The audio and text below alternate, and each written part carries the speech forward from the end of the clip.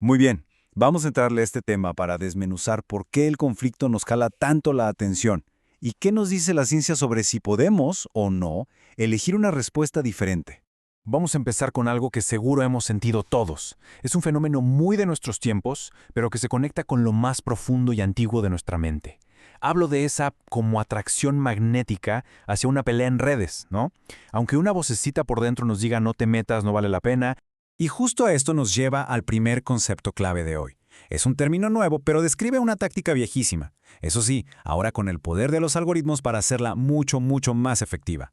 A ver, lo más importante que hay que entender aquí es que esto no es casualidad. No es que alguien se le chispoteó. Es una estrategia. La persona que publica esto sabe que va a provocar enojo, que va a encender la mecha y lo hace adrede. ¿Por qué?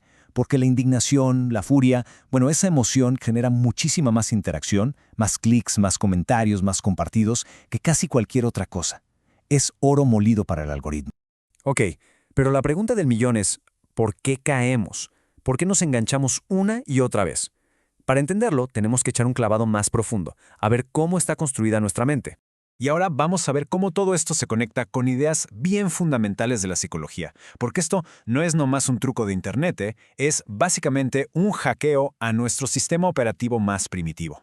Lo interesante de este modelo es que nos ayuda a visualizar esas fuerzas que, sin que nos demos cuenta, están manejando nuestras reacciones.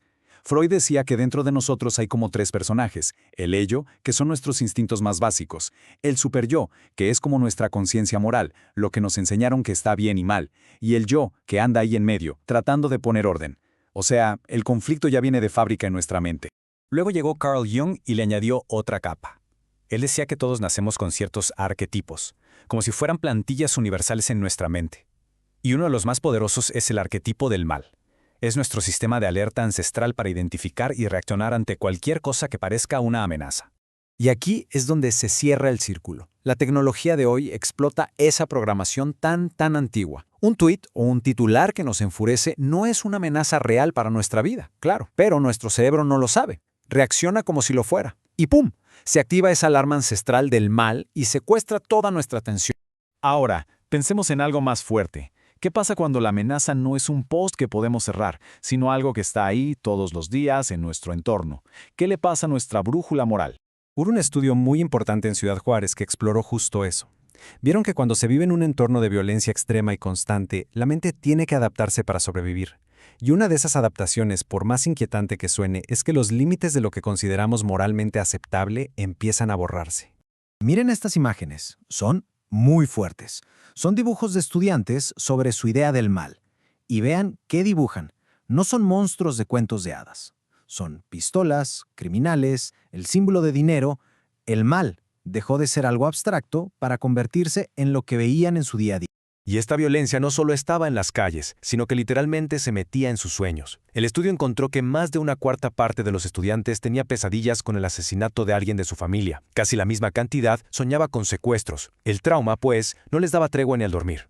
Y aquí está el resultado de esa adaptación, de esa desconexión. Cuando les preguntaron sobre algo tan fundamental como los derechos humanos para todos, más de la mitad de los estudiantes dijeron que no estaban de acuerdo. Ojo, esto no los convierte en malas personas, para nada. Lo que nos muestra, de una forma muy cruda, es cómo su visión moral tuvo que cambiar, que ajustarse, para poder lidiar con una realidad tan brutal.